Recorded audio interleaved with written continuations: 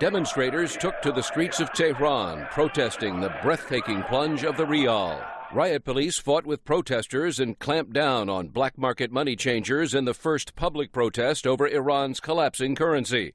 Panicked Iranians are rushing to trade rials for dollars, and prices are skyrocketing. Iranian Americans say family members in Iran are suffering from the currency's meltdown. Jamal Abdi is with the National Iranian American Council. We do know that ordinary people are, the cost of everything has gone up, there are these layoffs, and that this is probably going to get worse before it gets better. World powers demanding restrictions on Iran's nuclear program have slapped tough sanctions on the country. Iranian leaders say their nuclear ambitions are peaceful, but Western nations suspect Tehran is seeking to develop nuclear weapons. Iran's President Mahmoud Ahmadinejad admits the sanctions are biting.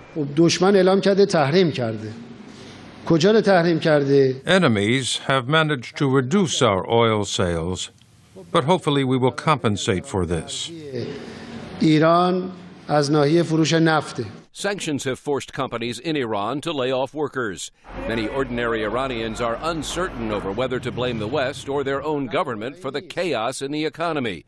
Again, Jamal Abdi. The fallout from this slide is something that is being used against Ahmadinejad, and that a lot of his opponents are actually very happy with how this is turning out because they're using it to marginalize him going into the next presidential elections in Iran that will happen next summer.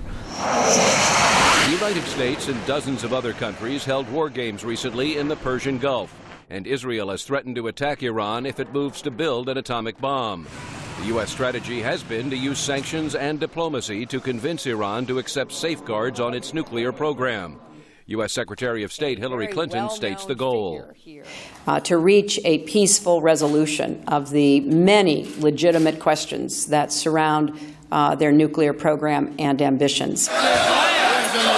Now the pressure is coming from inside Iran as public anger mounts over the punishing combination of a falling currency and rising prices.